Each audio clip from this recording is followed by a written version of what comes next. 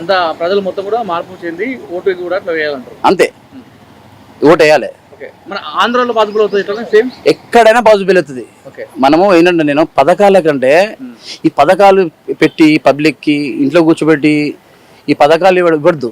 ఆ పథకాలు లేకుండా వాళ్ళకు ఒక వర్క్ ఇవ్వాలి. ఓకే, వర్క్ ఇస్తే వాళ్ళు పని చేసుకోగలుగుతారు. ఓకే, నువ్వు పథకాలు ఇచ్చి వాళ్ళకి ఆశ పెట్టి అవన్నీ కాదు, నువ్వు వర్క్ ఆ పథకాలు లేకుండా వర్క్ వాళ్ళు పని చేసుకుని కష్టపడి సంపాదించుకోగలుగుతారు.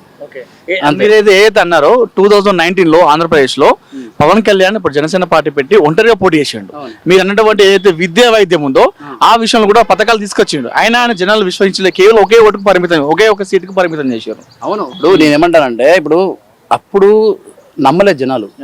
అంటే నేను అదే అయినా కదా, సినిమా వాళ్ళు రాజకీయం పెట్టడానికి గెలవడం కాదు, ఆ చతురత కూడా రావాలి, రాజకీయం చేసి ఆ చాణక్యం ఉండాలి. ఎందుకంటే ఆల్రెడీ దిగ్గజాలు ఉన్నారు వేరే పార్టీలలో, వాళ్ళని తట్టుకోవాలంటే మన దగ్గర కూడా ఉండాలి కదా.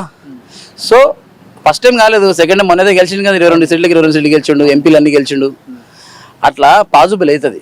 అది క్యాండిడేట్ గట్టిగా ఉండాలా, ఆయన పర్సనల్ కానీ ఆయన మీద కూడా ఏవి రిమార్కులు ఉండొద్దు, అట్లా పాసిబుల్ అవుతుంది. ఈ పథకాలు తీసేవి, ఈ పథకాలు తీసేసి work, education and health free పెట్టు, అదే ముఖ్యం. మధ్య తరగతి వాళ్ళకి అదే ముఖ్యం, ఇంకేం అవసరం లేదు.